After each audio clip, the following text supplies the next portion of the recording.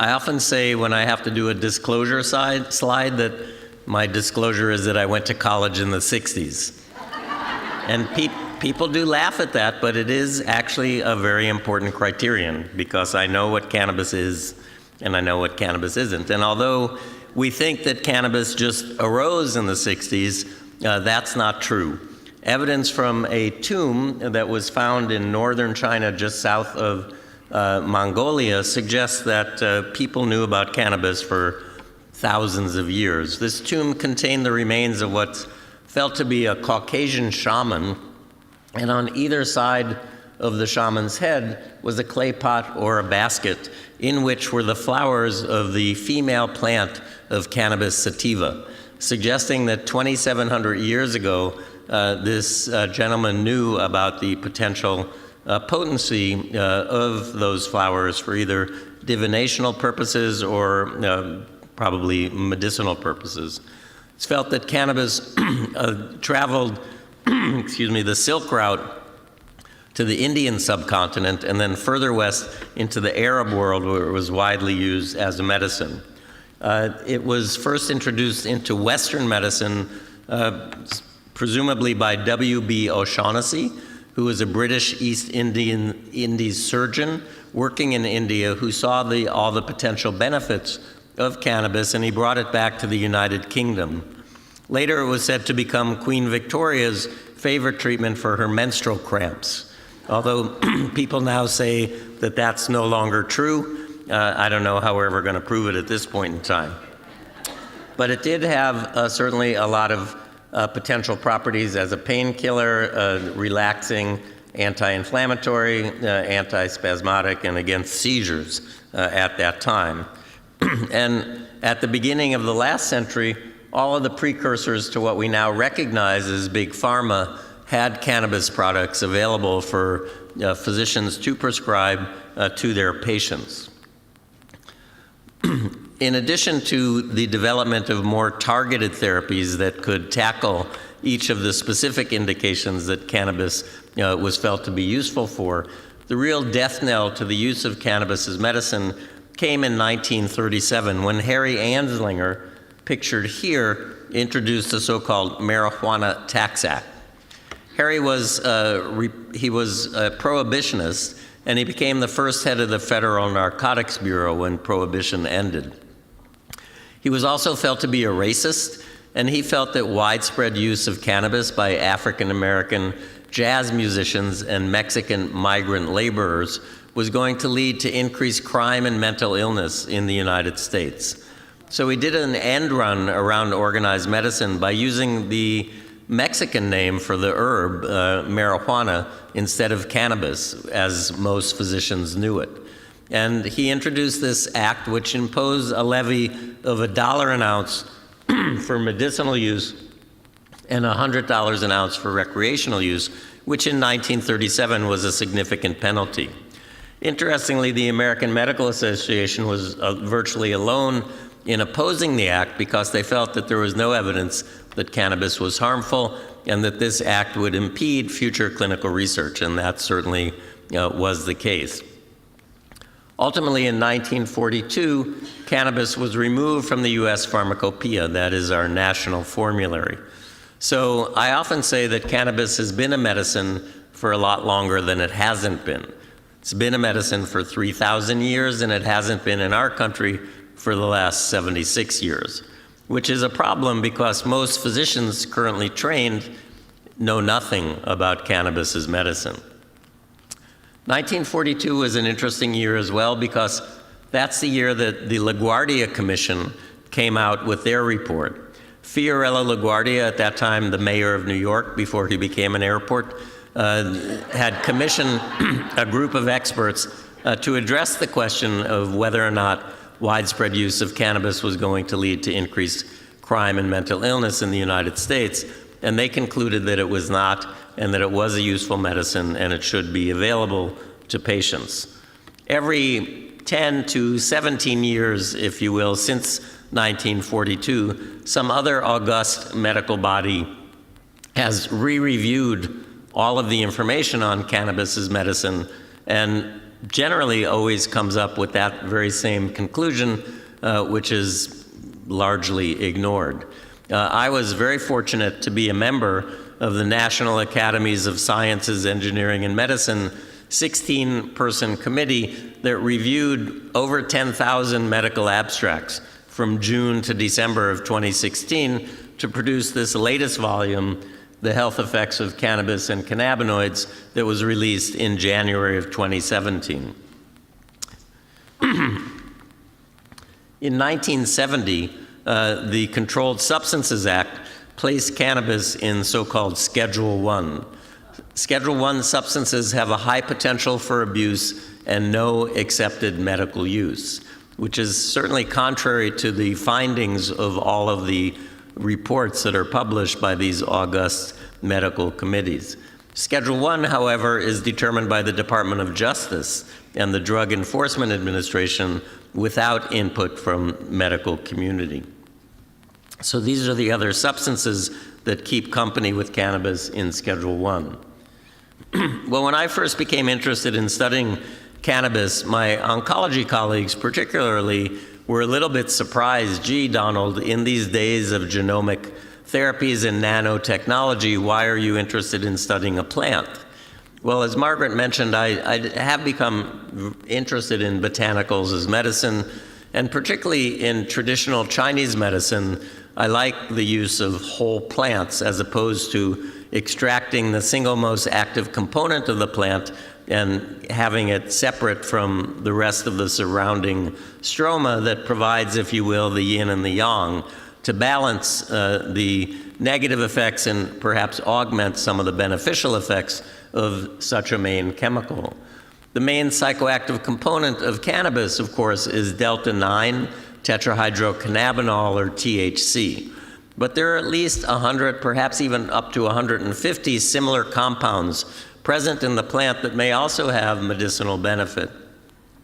For example, one of them, delta-8 THC, has been shown in a study in Israeli children with cancer to be an effective anti-nausea drug for children receiving chemotherapy. These are some of the other non-tetrahydrocannabinol cannabinoids present in the plant, and I'm sure probably most of you are familiar now with CBD, or cannabidiol. People are using CBD inaccurately as a sort of abbreviation for cannabis. It is not. CBD is cannabidiol, which is a specific chemical in cannabis that has really catapulted to the top of the cannabinoid interest list because of my friend and colleague Sanjay Gupta doing his 3 specials, Weed, Weed 2, and Weed 3, in which he showed a little girl with an intractable seizure disorder basically stop seizing right there in front of us on television with a drop of CBD under her tongue.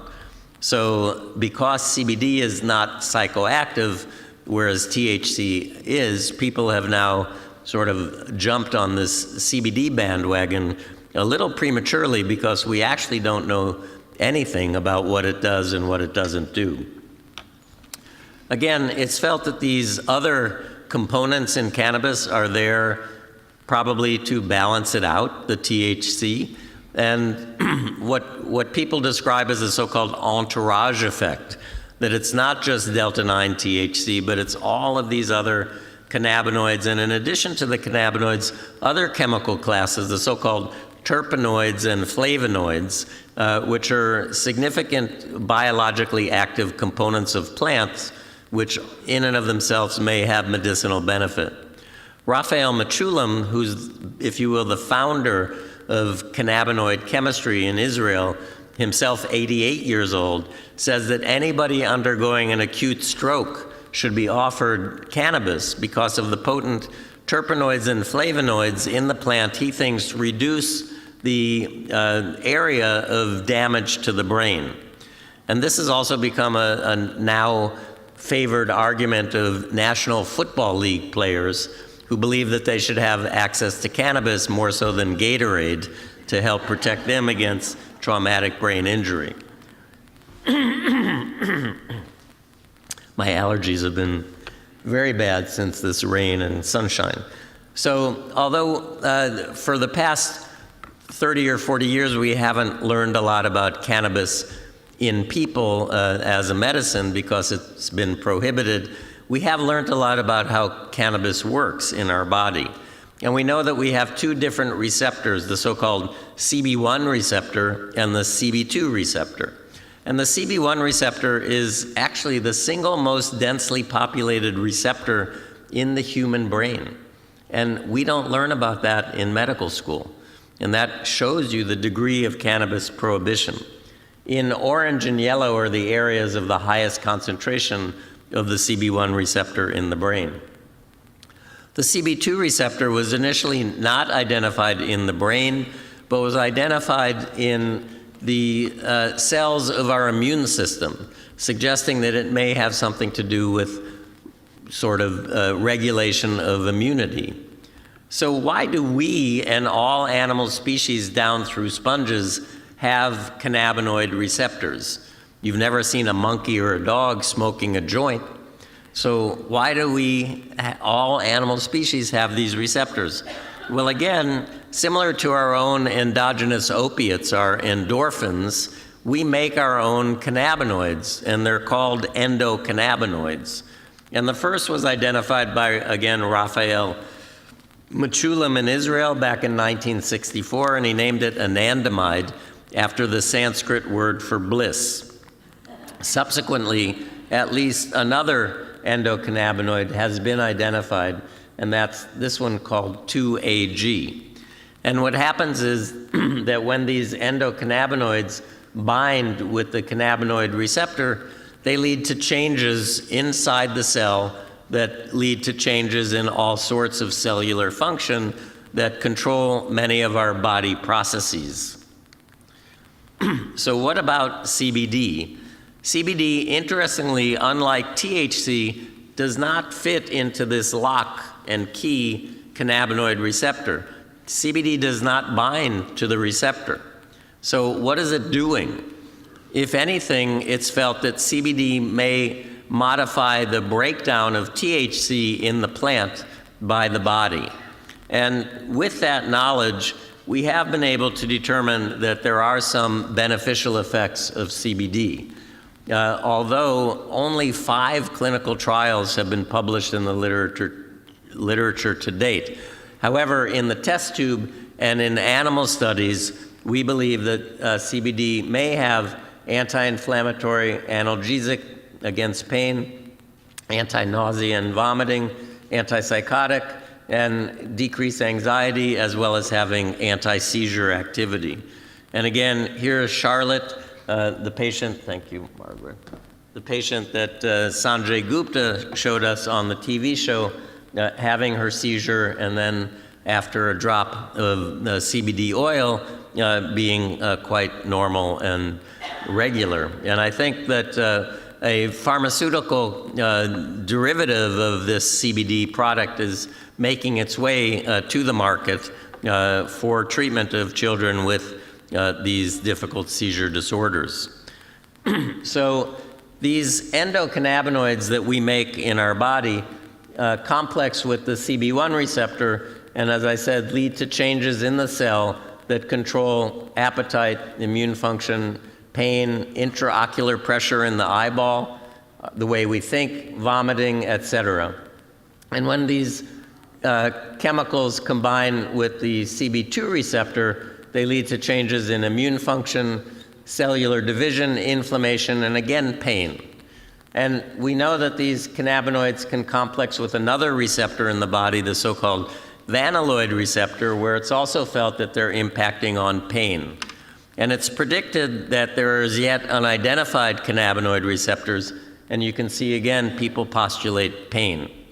So Michael Pollan, I think, really, the journalist, has the best account of why we have this whole system of cannabinoid receptors and endocannabinoids. He says that they're there to help us to forget. That's what he said in an excellent chapter in his book, The Botany of Desire, devoted entirely to cannabis. In his next book, called The Omnivore's Dilemma, Michael is trying to gather his own food, and he's in the woods, crouched down, waiting to shoot a deer with a rifle on his shoulder, holding perfectly still. And he said, this is very painful. And he then postulates that the reason that we and all animal species dependent on preying, P-R-E-Y-I-N-G, for our sustenance, have the system of endocannabinoids and cannabinoid receptors is to help us to forget pain. So that makes some sense then that cannabis may have some utility in helping us to modulate or to process painful stimuli. So I just want to make a point that I think is quite important about the difference in what cannabis does to us if it's swallowed or if it's inhaled, because they are very different. So when taken by mouth, only a small percentage of the THC, for example, is absorbed. And it takes 2.5 hours for the peak plasma concentration to occur.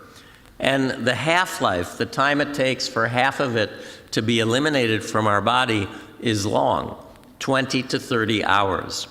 Most significantly, though, when taken by mouth, things sort of pass through the digestive system and go through the liver. And the liver then changes the delta-9 THC, the main psychoactive component, into another, even more psychoactive breakdown product, an 11-hydroxy product. So very frequently, I see patients who go to the dispensary and are told, only eat 1 gummy bear. And they do, and nothing happens, so they eat another one, and nothing happens, so they eat 2 or 3 or 4. And then they call me 3 days later after a visit to the emergency room with a dysphoric reaction saying, I'm never going to do that again. And that is the issue with eating cannabis products.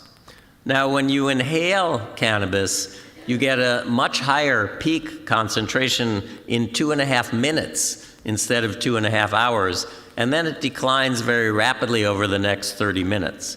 And because you're inhaling it and not taking it by mouth, much less of it goes through the liver, and much less of the delta-9 gets broken down into that other psychoactive metabolite. A lot of people are using now tinctures or oils or things that they spray under their tongue. So I think that the kinetics of that are probably halfway between inhaling and ingesting. I tell my patients, if you want better control over the onset, the depth, and the duration of the effect, it's probably better to inhale it. If you find a product that you take by mouth that you know it works, you can get away with less frequent dosing if you take it by mouth. So that's really the difference. For inhalation, I do like vaporizers, but I like people to vaporize the flower. Right now, these vape pens are giving people oil to inhale. As an oncologist, I tend to be a little conservative, and I don't know what the long-term effect of inhaling an oil is going to be. However, we do know the long-term effect of inhaling flowers because people have been using cannabis for hundreds, if not thousands of years, and there does not appear to be any ill effects on the lung from doing that. So the group that I worked with at the National Academies of Science, Engineering, and Medicine produced a 15-chapter book. And in that book, we had 1 chapter on the potential therapeutic benefit of cannabis and 12 on the potential harmful effects. Now, why is that?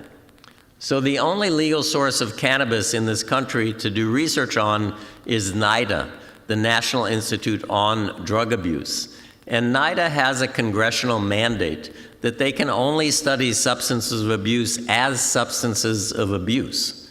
So if you want to study the potential health benefit of cannabis, you must use NIDA's cannabis, but they cannot fund you to do that research.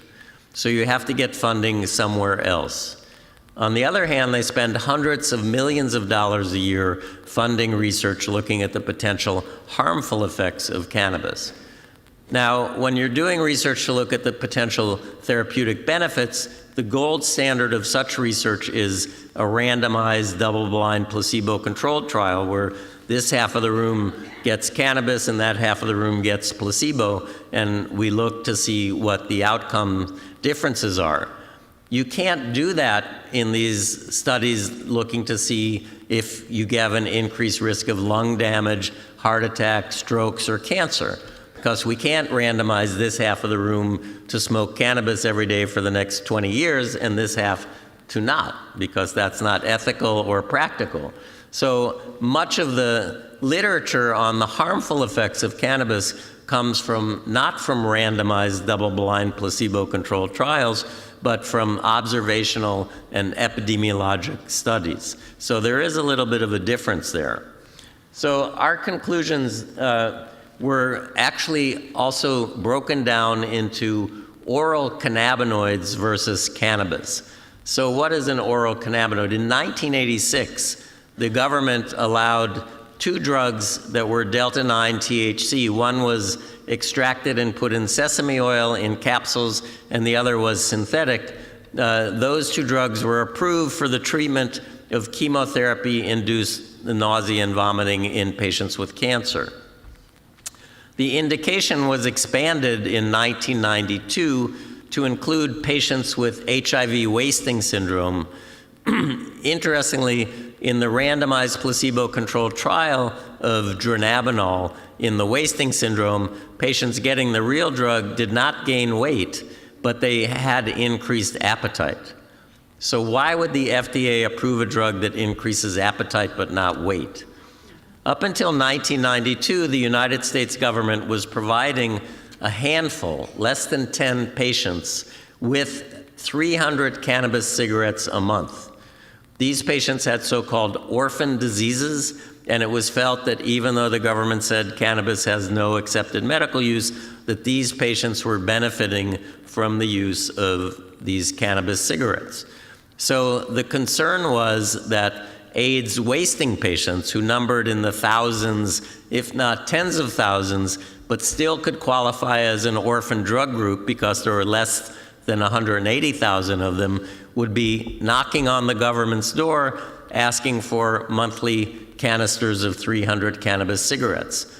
So Bush 1 closed the compassionate use program, and the FDA expanded the indication for dronabinol, the oral cannabinoid, to include patients with loss of appetite from AIDS wasting. So that's why this clearly says that oral cannabinoids are effective against nausea and vomiting. In adults with chronic pain, patients who are treated with either cannabis or the oral cannabinoids are more likely to experience a clinically significant difference. And I have to sort of pat myself on the back because most of the literature that was evaluated that led to the inclusion of the plant was work that I and my group had done. In adults with multiple sclerosis-related spasticity, short-term use of the oral cannabinoids improves patient-reported spasticity. So again, what do we know about chemotherapy, nausea, and vomiting? I was a fellow in oncology here in San Francisco in the early 80s and late 70s. I was a resident at Kaiser around the corner. And, you know, this was a time where young people got similar cancers that they get today, Hodgkin's lymphoma and testicular cancer. And basically, we use the same exact chemo that we used 45 years ago, very highly nauseating. And in those days, we didn't have very many anti-nausea pills from the pharmaceutical companies. So patients said, you know what, you can keep your prochlorperazine. Cannabis works much better for my nausea. And that's what led to the companies to develop the delta-9 THC. And that's where all the evidence is in those pharmaceutically developed products. But I get letters like this from my patients all the time. This is a 48-year-old gentleman with metastatic colon cancer contacting me to see about getting an extension of the medical cannabis letter issued last year, which expired. Although I did not use it until my last 5 sessions of chemo, me getting over the stigma of its use, it did what no other drug could do, completely solve the severe nausea I had. It allowed me to play with my children, attend their sports and school functions, and just function very normally in day-to-day activities. I cannot thank you enough for giving me that option. I'm currently on a chemo vacation after a clean scan, and the only time I use medical marijuana now is when I have trouble sleeping. I would like to continue to use it for that purpose instead of relying on pharmaceutical options. I believe it was Melissa Etheridge who also came out and said that she could not have received her adjuvant chemotherapy for her breast cancer without the use of cannabis as an anti-nausea medicine. Cannabis, unlike the most widely prescribed anti-nausea medicines that we prescribe ondansetron and granisetron, does not cause constipation. Those two medicines challenge patients with constipation. And if you have cancer, feel like you're dying or part of you is dying, not moving your bowels is not pleasant. So that is a pretty significant side effect. Another cancer side effect that we see is painful nerve damage. And we did a randomized placebo-controlled trial in patients with HIV infection who had painful nerve damage either from the virus itself or the drugs that we use to treat it. So one group smoked placebo and one group smoked cannabis. And we asked patients to keep a pain diary for a week before being admitted to our clinical research center. We do all of our studies on smoked cannabis in the inpatient research center at Zuckerberg San Francisco General so that we can observe the patients inhaling the cannabis and know that they're not diverting it to friends and family. That's the government's concern. So patients came in and then they had a 2-day wash-in period where they just got used to being in our clinical research center, and then they smoked either cannabis or placebo cannabis, and we checked what happened to their pain. And we counted people having a greater than 30% reduction in pain as a clinical responder.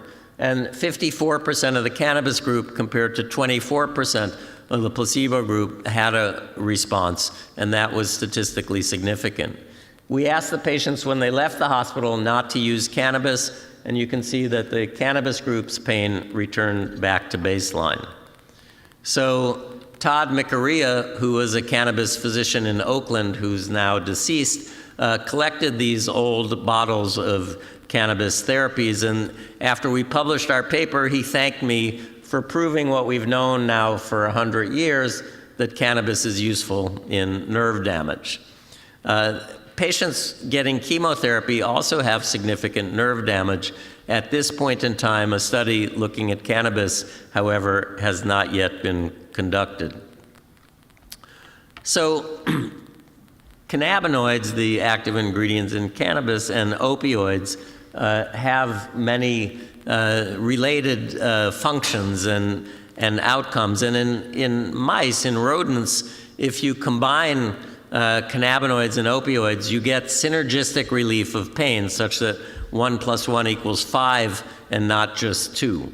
So this led us to conduct a study to determine whether this is true in humans, because it might lead to the possibility to have persistent and enhanced pain-relieving effects at lower dosages of cannabis.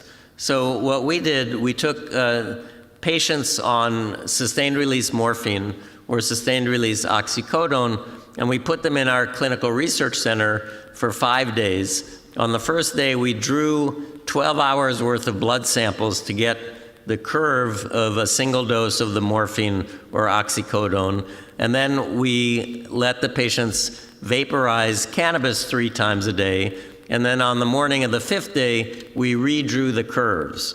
And what we found was that the oxycodone curves were superimposable. There was no change. The morphine levels in the plasma seemed to go down a little bit after adding the vaporized cannabis, but not significantly so. So if the level of the opioid stayed the same or went down, you would expect pain to stay the same or go up. And what we saw instead, overall, the 21 patients in the group, which is a very small number, but all we need to do this pharmacokinetic study, came in with a pain score of 40, and it went down to 29, which is a statistically significant 25% reduction in their pain. The pain reduction was greater in the morphine group. It was 33% compared to the cannabis group, where it was only 20%. But again, this study is too small to make any definitive comments on the impact on pain, but it did let us know that it was safe to combine the cannabis with the opiates. And I now have many patients who actually wean themselves off of opiates to use cannabis instead. And I think you're probably all hearing a lot in the news that papers were recently published in the Journal of the American Medical Association reporting that states where cannabis is available for medical purposes have fewer opioid prescriptions written and fewer deaths from opiate overdoses. So again, from 100 years ago, morphine and cannabis in the same medicine. I think it's poison actually because of the chocolate, personally. So as an oncologist, I do see a lot of patients who really want to believe that cannabis may be useful in cancer. And the Siberian ice princess gives us some suggestion, perhaps, that that might be the case. This is a body that's, again, about 2,700 years old, but because it was in Siberia and preserved in ice, a lot of details remain, including the tattoos, which are being well studied and I think copied by many millennials. But when this corpse was put under an MRI machine, she was determined to be about a woman in her mid-20s with metastatic breast cancer and bone metastases. And interestingly, around her waist, she had a rope, and at the end of the rope was a pouch, and in the pouch were the flowers of the female plant of Cannabis sativa. And the anthropologists or the archaeologists, whoever they are, commented that perhaps this woman was not only using cannabis to treat the symptoms related to her cancer, but to treat the cancer itself. Well, personally, I think that is a huge jump, because what if everybody in her tribe was buried with a pouch of cannabis around their waist? I don't know how anthropologists and archaeologists reach their conclusions, but I think there's something a little bit worrisome here. But when we look at symptoms that my cancer patients have, weight loss, cachexia, getting full early, loss of appetite, pain, anxiety, depression, nausea, and vomiting, I can recommend one medicine. Instead of writing prescriptions for 6 or 7 different medicines that may all interact with each other, or the chemotherapy that I'm giving the patient, one medicine can be recommended. This is a very, perhaps not as well known as it should be, curve showing the relationship between number of alcoholic drinks a day and the risk for estrogen receptor positive postmenopausal breast cancer in women. One of the reasons that I'm frequently being asked by breast cancer survivors now to write them a cannabis letter is they say, I'm back to work, beyond my cancer, and my colleagues want to go out to the bar and have a drink after work. And I'd like to go out and be socially lubricated, but I don't want to use alcohol. Or my husband comes home from work, and I come home from work, and he said, let's have a cocktail, and I'd like to be relaxed, but I don't want to use alcohol. So I am definitely writing these patients letters for cannabis because, in my opinion, cannabis is infinitely safer and healthier than alcohol. And that's what these people believe as well. Ease is one of our online cannabis doctor provider letters, and also they deliver cannabis to your home, and they also have these billboards across the city extolling the health benefits of cannabis. And again, it's not just the opiates that are reduced in states where cannabis is legal, but other medications, sedatives, hypnotics, meds for nausea, even psychosis and anti-epilepsy medicines. So is it safe? I've sort of made a case that maybe cannabis is useful for some health conditions. What about its safety? No deaths have ever been reported from an overdose of cannabis. It would require smoking 800 cigarettes to kill somebody, and the person would die from carbon monoxide poisoning, not from cannabinoid poisoning. By comparison, alcohol and nicotine are much more toxic. And the reason that cannabis doesn't really kill you, like opiates, for example, opiates, the receptors for the opiates are really highly concentrated in the part of the brain that controls our autonomic breathing, just without us thinking about it. And opiate receptors are dense on that part of the brain, whereas cannabinoid receptors are not. So the addictive potential and minor withdrawal are similar to that of caffeine. The New York Times took data that came from the 1999 report that the Institute of Medicine did and used it in an editorial 2 years ago when they were coming out in favor of full legalization of cannabis. They looked at the percentage of Americans who have ever tried a substance and the percentage of those who became dependent. Tobacco, 76% of us have smoked a cigarette, 32% have become dependent. Only 2% have used heroin, but of those, 23% have become dependent. And cannabis is down here at the bottom. 46% have tried it, and only 9% have become dependent. And that number is probably inflated because more people would rather choose to go for treatment for cannabis dependency than to be incarcerated, which in some states is the only other option. So, the biggest question that actually I've been asked to write a little 2-page analysis is, what is the right dose?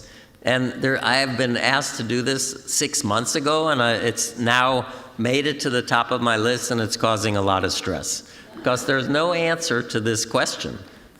I mean, what is the right dose? You know, it's a plant, right? So every species is going to be different. So that's one problem right there. If it's even if you have the same plant, if it's grown on the sunny side of the mountain versus the shady side of the mountain, it's going to have different concentrations of the major components. If it's harvested in the summer versus the winter, you know, it's a plant. And then how do we dose inhaled medicine?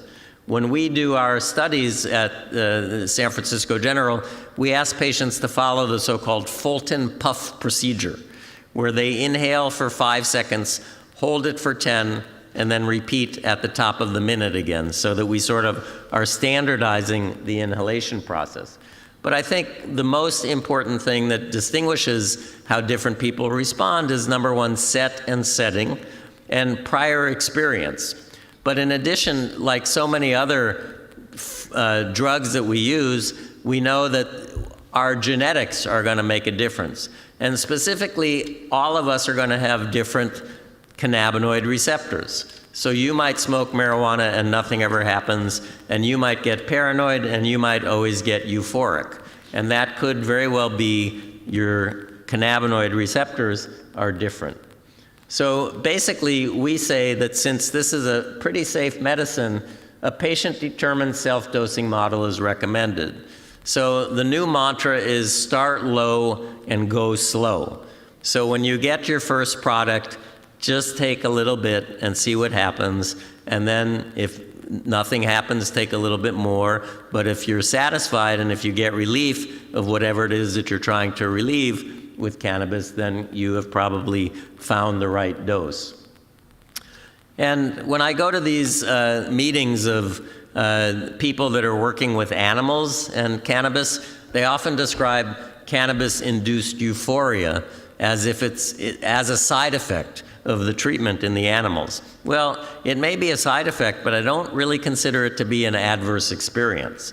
I mean, we do live in a little bit of a puritanical, Judeo-Christian dominated society where euphoria is maybe frowned upon or not embraced. But if you're a person living with a terminal disease or a very serious disease, I think that it might not be an adverse experience. And a single treatment that increases appetite, decreases nausea and vomiting, relieves pain, and improves sleep and mood is certainly useful. I ask all of my cancer patients that I see at the Osher Center, what brings you joy? The number of cancer patients that tell me that gardening brings them joy is not insignificant. I think if you feel that you're dying or part of you has died, the ability to bring life out of the ground is a blessing. And if you can grow your own medicine, that's very empowering. So have we come to smoke 2 joints and call me in the morning? I don't think we're there yet, but I continue to write letters on UCSF letterhead that I give to patients, and patients take them to dispensaries and then can access cannabis. Even now that we're totally legal for recreational, patients with a medical letter or who get an ID card don't have to pay the same tax that people using recreational cannabis have to pay. And if you haven't noticed, we have some pretty high-class dispensaries in town. I had a 12-hour seminar for first-year medical students, and I invited one of my 78-year-old cancer patients to talk about her experience with cannabis in treating her cancer-related side effects. And she said, "Oh, I just love shopping at the Apothecary. It's like going to Nordstrom's." And again, they are advertising in our San Francisco magazine, very high-tech.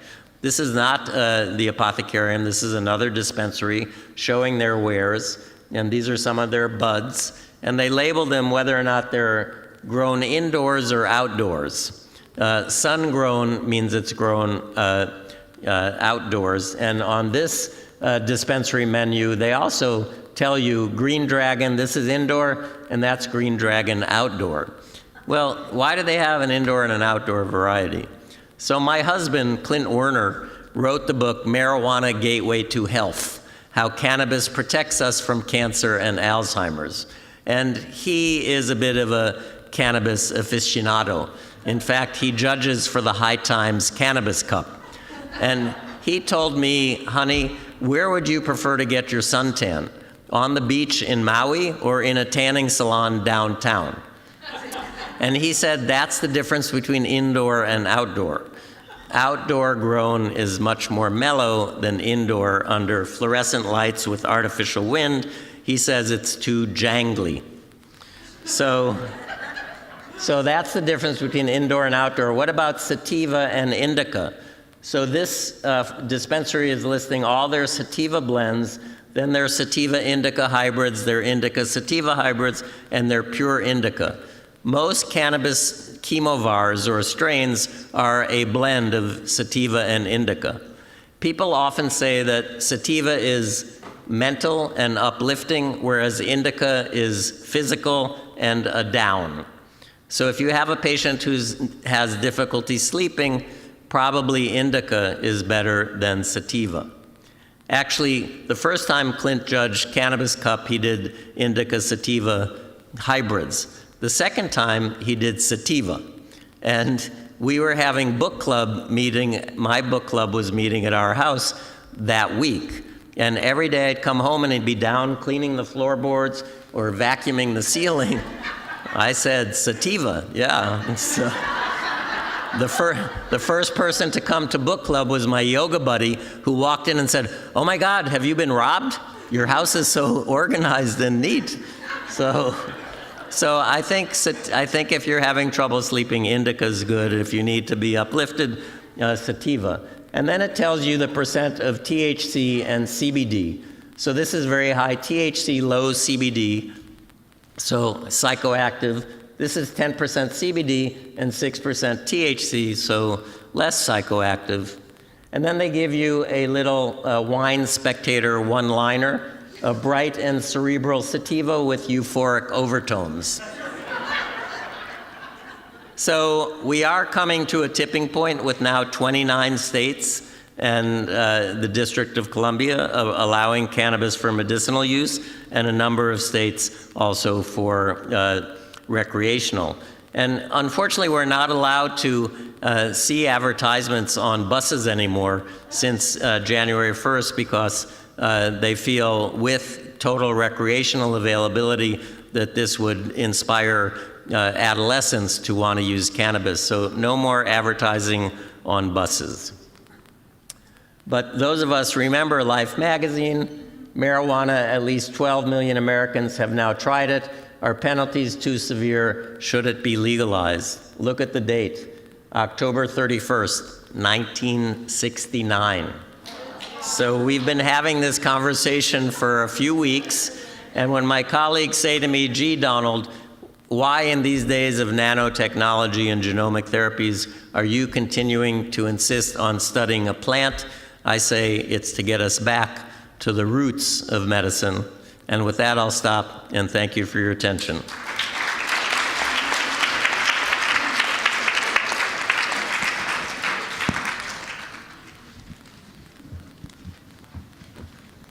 I want to thank Donald. He's absolutely a treasure, and give you this token of our token of our appreciation. And I want to also thank all of you. I know it's late, many of you need to go, but I think this is such an opportunity.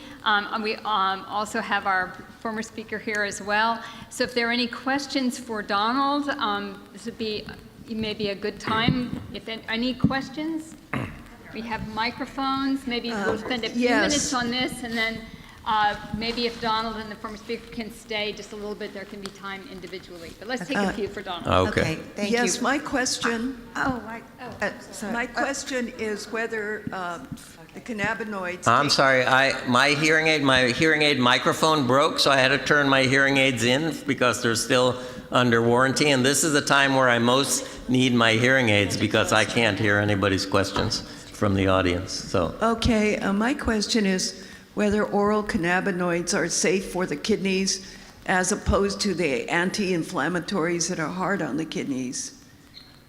If I took an oral cannabinoid, would that be safe for my kidneys?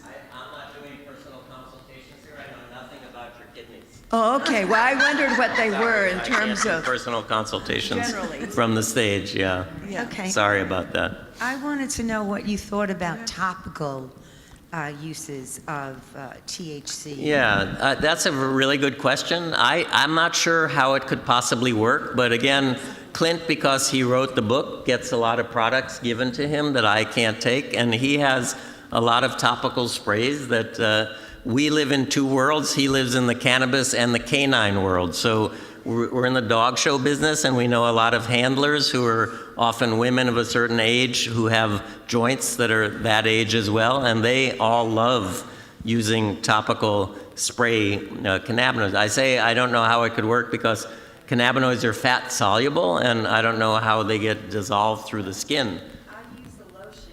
Yeah.